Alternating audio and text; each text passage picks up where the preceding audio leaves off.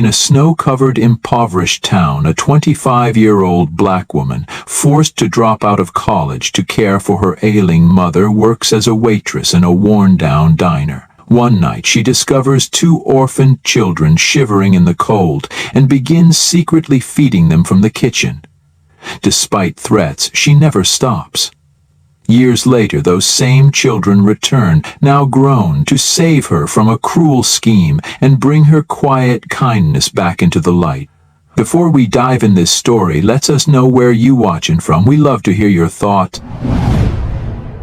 The snow had been falling all day.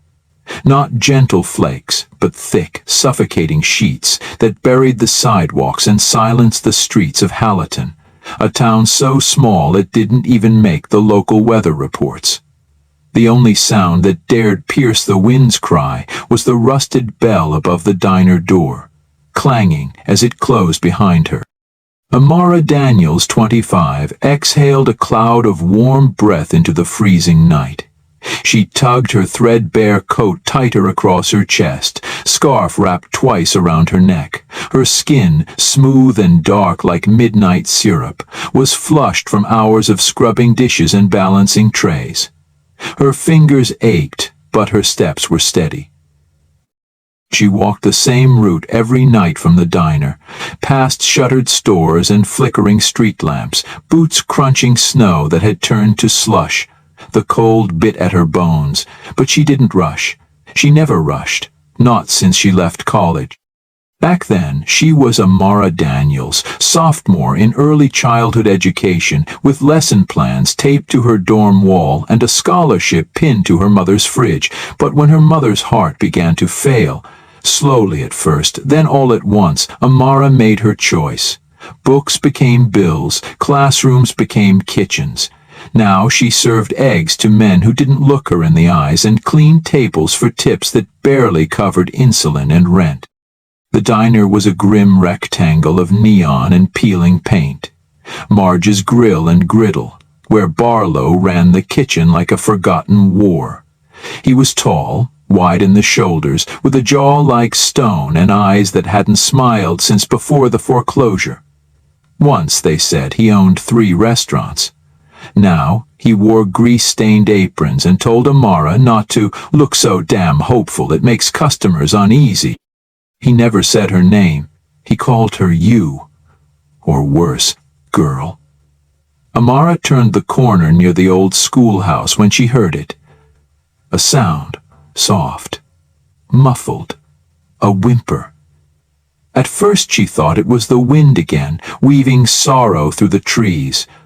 But then it came again, closer now, trembling and real. Her eyes darted toward the curve in the road ahead. Headlights blinked through the snow, splintered glass catching moonlight.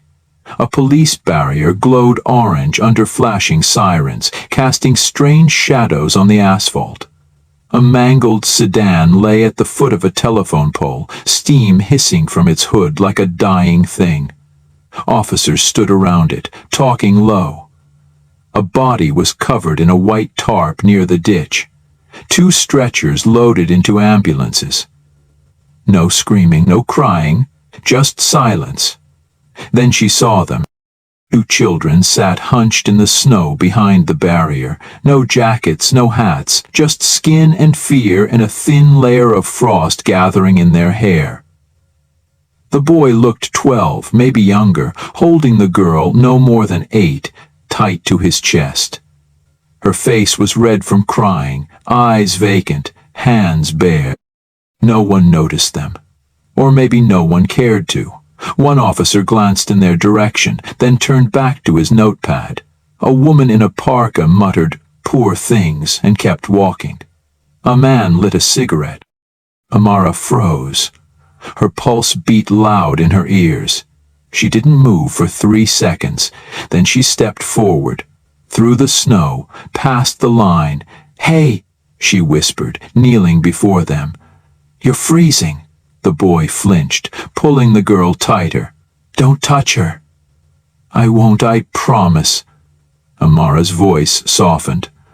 "My name is Amara. I work just down the street. The girl peeked at her through tangled curls. "Where's your mom?" Amara asked gently. The boy didn't answer. She looked at the scene again. The tarp, the sedan, her breath caught in her throat. "I'm so sorry," she whispered, more to herself than to them. Then she did what no one else had done. She opened her arms. "I'm not going to leave you," she said. "Not tonight." The girl leaned in first, slowly, cautiously, like a wounded kitten testing a stranger's palm. Then the boy. He didn't cry, just folded into her chest with a kind of silent fury, like he knew this world didn't owe him anything. Amara held them both as snow fell harder, soaking through her coat, numbing her knees. She rocked them, whispered nothing words like, "You're okay now," and "I got you." Her hands trembled, but she didn't pull away. Behind her, the journalist from the Hailteen Post paused, raised his camera. The shutter clicked. The flash glowed white against the falling night. Later, the rescue workers took the children in. They asked for names. Amara didn't know them. She only knew that the girl had stopped shivering, and the boy, Eli, she would learn later, had looked at her one last time before being led away. Like he was trying to remember her face. She stood alone at the edge of the scene, soaked through, too cold to move, but her heart burned like a lantern. The town would forget that night, but the snow never did, and neither did Amara. It began 3 nights after the accident. Amara was wiping down the counter, long after the last customer had left and the buzz of the coffee machine had gone quiet. The diner smelled like old grease and burnt toast, familiar, if not exactly comforting.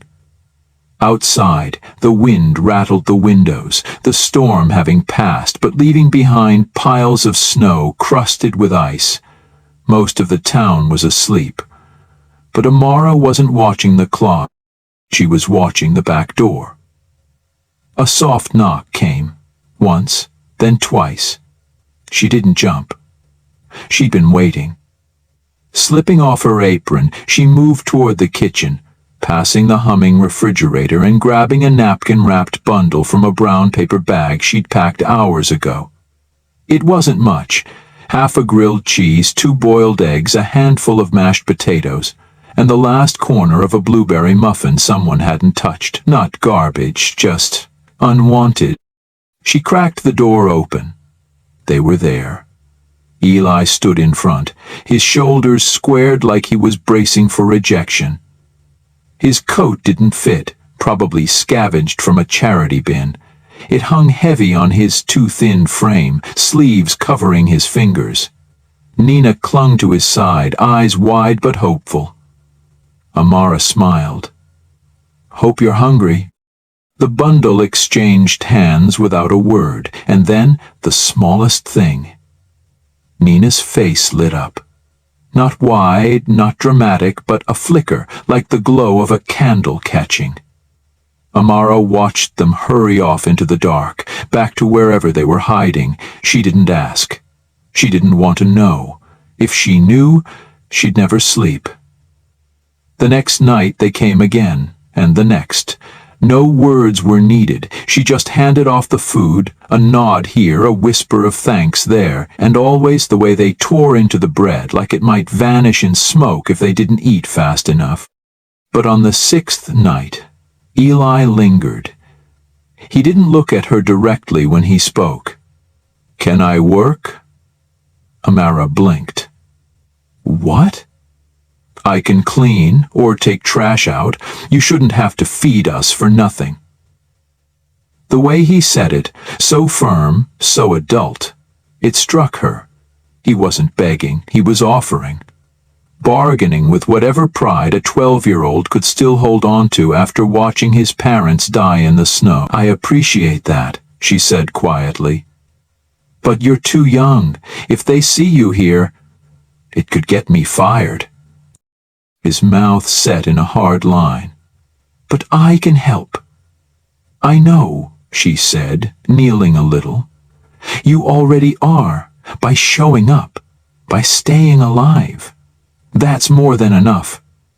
His lips parted like he wanted to argue, but he stopped himself, just nodded, clutching the warm paper bag to his chest. Nina stood behind him, tracing shapes in the frost on the door. Then, just like that, they disappeared into the dark. It should have ended there, a secret kindness, a fleeting exchange, but secrets in Hayleton didn't stay quiet for long. Barlow saw them. She hadn't meant for it to happen. He must have stayed late, inventory or counting quarters. She'd barely cracked the door when his voice thundered from behind the kitchen doorway. "So, this is what you do with our leftovers?" Amara stiffened. Slowly she turned, hiding the bag behind her back. "It's food no one ate. It would have gone in the trash." His boots echoed as he stepped closer, thick fingers pointing like accusations. "You think this is some charity, huh? You want to play savior? Use your own damn kitchen." "They're children, Barlow." "Not my children, not your responsibility either." He leaned in, so her breath warm and hateful. "You want to keep this job, you stop handing out freebies like your Mother Teresa. Next time I catch you, you're out, understand?" She didn't answer. He barked, "Do you understand?" She nodded. Once. Slowly. That night, she didn't sleep. Her mother noticed, of course. Even through the creaky door of their shared apartment, even while knitting by the weak yellow glow of the hallway lamp, Mama always noticed. "I don't want you worrying," Amara said as she helped her into bed, adjusting the pillows under her back. "It's nothing." "You only lie when it's something," her mother said, voice thin but calm. "So, tell me." So Amara did. She told her everything, the accident, the children, the food, Barlow. Her mother listened quietly, the rhythm of the needles slowing, until finally she reached across and took her daughter's hand. "You remember what I used to tell my students?" she whispered. Amara smiled faintly. "You told them a lot of things." "I told them this. When you help someone at the moment they need it most, you change the rest of their life, even if they don't know it yet." Tears stung at the back of Amara's eyes. She squeezed her mother's hand. "I just didn't want them to feel invisible." "You saw them," her mother said. "That's enough to light a fire in the cold." The next night, Amara didn't take leftovers. She paid for the food, whatever she could afford. Usually something small, sometimes just a sandwich split between two paper bags. She packed it quietly, labeled it waste to avoid questions. It wasn't much, but it was warm. It was enough. And then, one night, Nina handed her something. A lumpy, uneven square of yarn, blue, scratchy, roughly stitched. A scarf. "We made it," she said softly, peeking over the counter edge. "Eli helped. You gave us warm food. We wanted to give you something warm, too." Amara held it like treasure. Her throat clenched around the words she wanted to say. She pulled the scarf around her neck and smiled, tears shining in her eyes. "Thank you," she whispered. "This is the warmest gift I've ever had." Eli said nothing, just folded his arms, but there was a hint of pride in his chin, a flicker of something more than survival in his eyes, something starting to grow. It was a Sunday morning in early spring when the world, just for a moment, tilted out of place. The sky was unusually clear, washed in pale gold and softened by a breeze that hinted at the end of winter. The bell above the diner door hadn't rung yet. Amara was setting up tables, humming to herself as she refilled sugar jars and straightened the chairs. She was tired, But it was the quiet kind of tired that made her feel useful. The scarf Nina had given her still hung by the coat rack, faded now, edges fraying, but she refused to leave it at home. It was her talisman. Then came a knock. Not at the back door, not the soft code tap she'd come to expect during those cold nights, but a bold, rhythmic knock at the front window. She turned, and for one beautiful, impossible moment, she couldn't speak. There they stood, framed by the morning sun like characters out of a dream. Eli in a collared shirt that actually fit him for once, clean jeans, polished shoes. Nina wore a yellow dress under a gray coat, her braids tied in soft pink ribbons, cheeks bright as apples. They looked new. Not in a superficial way, but in a deep, radiant way. Like they'd finally had a full night's sleep in a bed that was truly theirs. Amara opened the door slowly. "You too? What?" "We came to say goodbye," Eli said. Her heart dropped and soared at the same time. "Goodbye?" Nina nodded, eyes shining. "Our aunt, Mama's sister. She found us. She lives in Canada. She saw the picture, the one from the newspaper." Amara's breath caught.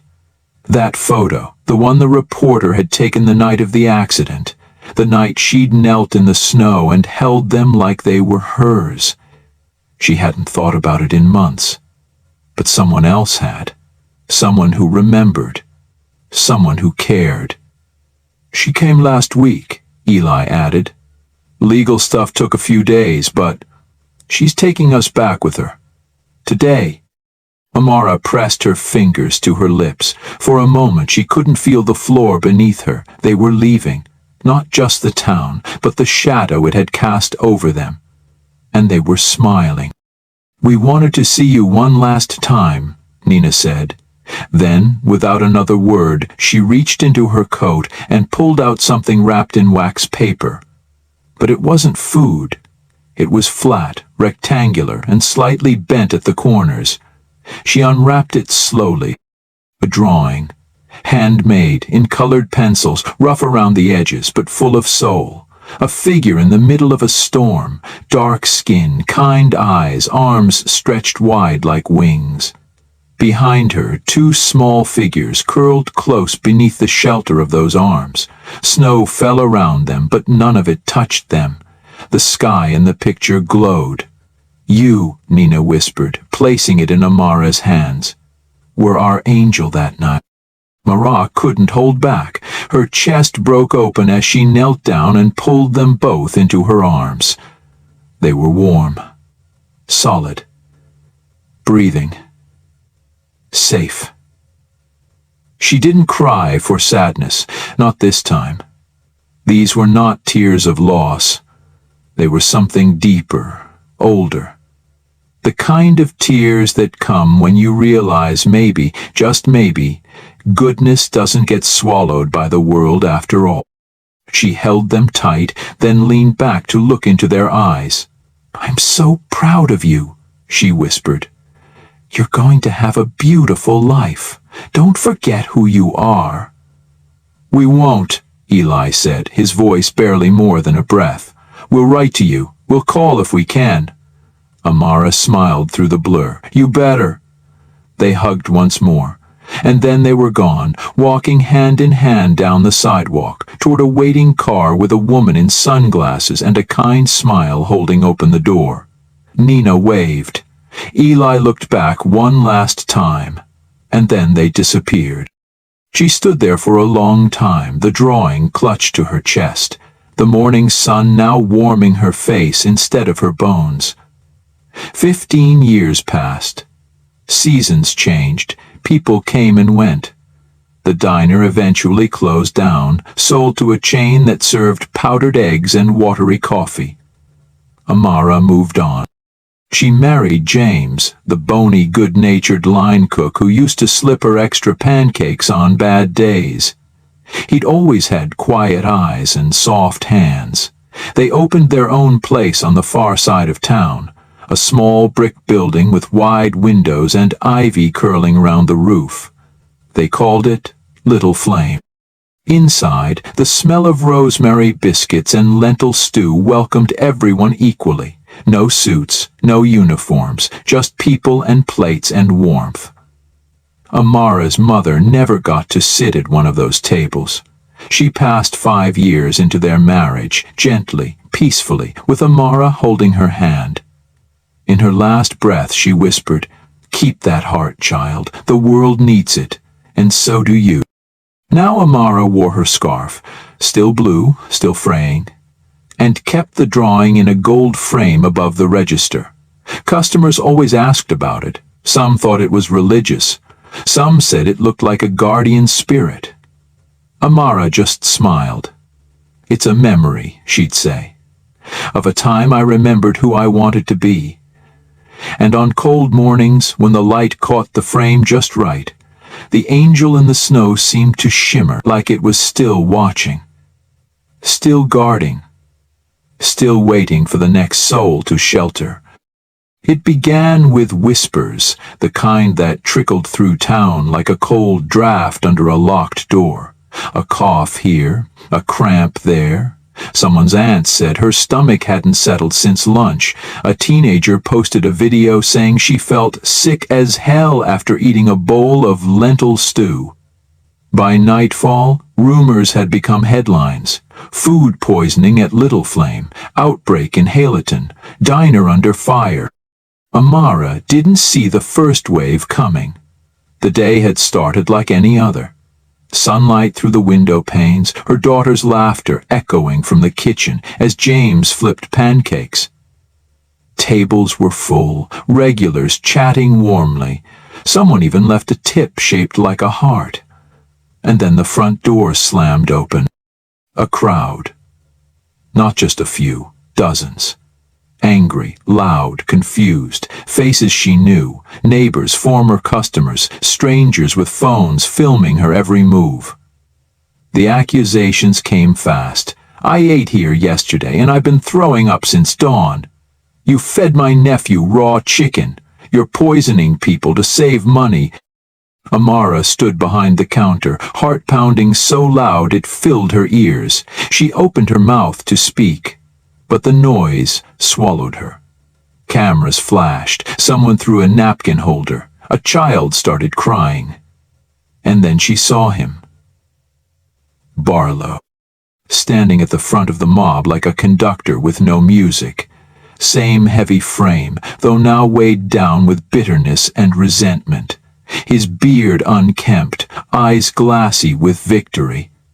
"I warned y'all," he shouted, arms outstretched like a preacher at a funeral. "Told you this place was a front. Told you she'd cut corners to make a buck. You just didn't want to listen." The crowd roared. Amara's knees weakened. Barlow turned toward the police officers now pushing through the crowd. "She should be arrested," he declared, voice low and venomous. "This ain't just a food violation, it's endangerment, attempted manslaughter maybe. Kids got sick, families got sick." "That's not true," Amara said, barely above a whisper. "You calling everyone here a liar?" he snapped. "You poisoning people and smiling while doing it. You think just because you hand out free bread with soup you're a saint?" Amara looked to the officers. They didn't meet her gaze. One of them took out handcuffs. Her chest tightened, her hands began to shake. James came running from the back, ushering their daughter behind him, eyes darting wildly. "What's going on?" he barked, but the officer raised a hand to him. "Sir, please, stay back." Her daughter's face peeked from behind his leg, confusion clouded with fear. "I didn't do this," Amara whispered, half to herself. "I've never hurt anyone." But no one hurt her, or worse. They didn't care.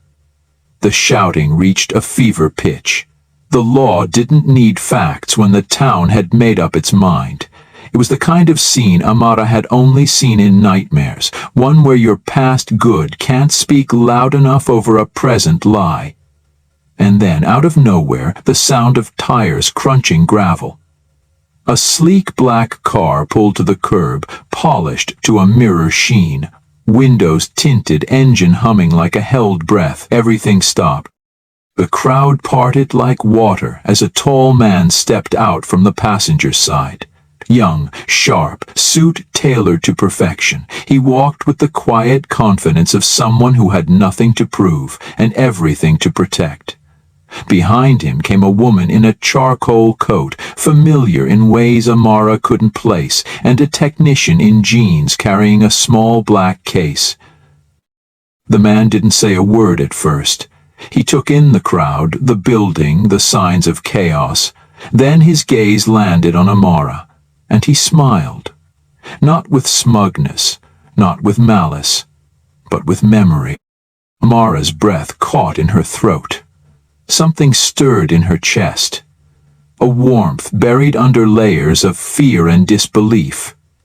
She didn't know yet why he was here, who he was, or what he intended. But something in her bones told her she had seen that smile before. Once, long ago, through a veil of snow and silence. The man stepped closer, past the police, past the doubters, past the lies still hanging thick in the air. His voice came steady and smooth, but it carried weight, the kind that silenced people mid-breath. "I'd like to see the kitchen," he said. The officer hesitated. "Who are you exactly, sir?" The man reached into his coat, pulling out a card and showing it to the officer, then to the crowd, who leaned in, curious and confused. "Ely Marin, CEO, Hearthstone Culinary Group." Gasps stirred like wind rustling brittle leaves. Hearthstone, an empire, 5-star restaurants across 3 continents, television appearances, philanthropy awards, a name you didn't hear in Hayleton unless it was on TV. But Ely, the boy from the snow? Amara felt her knees tremble, her breath caught, her hands trembled, and still, she couldn't speak. Nina stepped forward then. Taller now, elegant, her fingers ink-stained, her coat stitched with a sunflower pattern. She didn't speak either. She simply took Amara's hand, squeezed it tight, and nodded. That same nod she used to give from behind Eli's arm when the world felt too cold to face. "We never forgot you," Nina whispered. Eli turned to the technician. "Sam, run the analysis." Sam crouched near the side alley entrance, opening his case and pulling out a small device connected to a monitor. "Mainline water intake runs behind this wall," he said, fingers flying across a touchpad. "Kitchen pipe is accessible through the external duct." "There's no camera back there," Barlow said loudly from the crowd, voice shrill and defensive. "They'll find nothing. This is just grandstanding." Eli's eyes didn't move from the screen. "There's always a witness," he said, more to himself than anyone. And then Sam lifted his head. Found it. The monitor showed a time-stamped sequence. Low-res, grainy but clear enough. A man in a thick coat crouched behind the diner. He reached into his pocket. A small plastic bag. A gloved hand unscrewed the service valve and poured something into the kitchen's water line. The face was obscured until he turned just slightly and the old security light caught his profile. The silence after the footage ended was thick, dense with shock, shame, and the cold realization that a storm had just changed direction. On the screen, frozen mid-same, was Barlow. Not some shadowy figure or vague outline, but Barlow, clear as day, his thick frame hunched beside the diner's outer wall, gloves tight around a plastic bag, his breath misting in the cold air as he twisted open a service pipe behind Little Flame. The snow around him glowed under the security light, casting harsh shadows. And then the turn. That brief glance upward, just enough for the side of his face to catch the light. There was no mistaking him. The scar above his left brow, faint but unmistakable, had always been a mark of his temper, earned during a rage-fueled slam of a kitchen cabinet years ago. Amara had seen it nearly every day she worked under him, as he barked orders and lashed at everyone who reminded him of his own failure. Now the scar told a different story. The crowd, once so loud and eager to condemn, seemed to fold in on itself. Someone in the back muttered, "Jesus!" Another man took a slow step backward. A woman pulled her child closer to her side, as if realizing too late the true danger hadn't come from the woman behind the counter, but the man who had stood beside them all along. Barlow didn't move at first. He blinked, opened his mouth, but no words came. When he finally found his voice, it was thinner, stretched with desperation. "That could be anyone," he said, half laughing, half pleading. "Come on. Grainy footage, you can't arrest someone over that." Eli, standing beside the technician, didn't even turn to him. His eyes stayed on the frozen screen. "Check the timestamp. Cross-section it with the delivery logs. The water contamination began precisely 40 minutes after this moment. No one else had access to that intake pipe. No one except you." Barlow's face flushed, then paled. He turned to the police officer closest to him. "You? You know me, Rick. You know me. I ran kitchens in this town for 30 years. This woman, she's manipulating you all. She's got tricks, sympathy, some kind of story, but she's not clean. She's been lying. She's always been playing the part." The officer, a man in his 40s with heavy eyes and a badge that looked too polished for such an old town, shook his head. "I know who you are, Barlow. That's exactly why this makes sense." Another officer stepped forward. "Barlow Denton, you are under arrest for tampering with food infrastructure, criminal endangerment, and conspiracy to cause public harm. Turn around and place your hands behind your back." Hands hovered in the air, shaking. No, this is ridiculous." But he didn't resist. When the cuffs closed around his wrists, the click was soft but final, like the closing note in a requiem. He was marched through the crowd, eyes wide, lips tight. He looked toward the people he had once treated to coffee, who had nodded at him on sidewalks, who had once feared him and respected him in equal measure. But now they averted their eyes. One woman hissed through clenched teeth, "You poisoned my niece." Someone else spat near his shoes. He was no longer the powerful one in the room. He was a man undone. As he passed Amara, he dared to meet her eyes. For a moment, the hate was gone. So was the arrogance. In their place was disbelief. Pure, bone-deep disbelief that the woman he'd stepped on, dismissed and mocked, had survived him. But Mara didn't look away. She didn't need to say a word. The world had finally seen, as the murmurs faded and the squad car carrying Barlow rolled away down the street. Mara stood in the soft hush that followed, like the world had been held in tension, and now dared to exhale. The screen was off. The evidence had spoken. The storm had passed, but the emotional weight hadn't left her chest. She turned toward the man who had made it all happen, Eli. His suit was clean-cut, his face older, defined now, not in the way of years lost, but of purpose earned. But there was something unchanged, something in the eyes, in the stillness of his posture. He wasn't a boy anymore. But Amara knew those eyes. She'd once watched them fill with snow and sorrow as he clutched his sister in the dark. Now they looked at her the way a man might look at a lighthouse after crossing an endless sea. "Eli," she whispered, just the name, and in that one word everything returned. The snow, the hunger, The quiet knock at the door, the scarf, the fire she tried to keep lit when the world around them had turned to frost. He stepped forward. "It's been a long time," she nodded, voice catching in her throat. 15 years. Nina appeared beside him, taller now, regal in posture, dressed in muted tones, save for a splash of blue. A painted scarf draped over one shoulder. Her hands were stained faintly with charcoal and color, nails trimmed short. Amara gasped softly as she realized those were the hands of an artist. The little girl with red fingers and hungry eyes now created beauty for the world. "You both look—" Amara didn't finish. Nina smiled gently.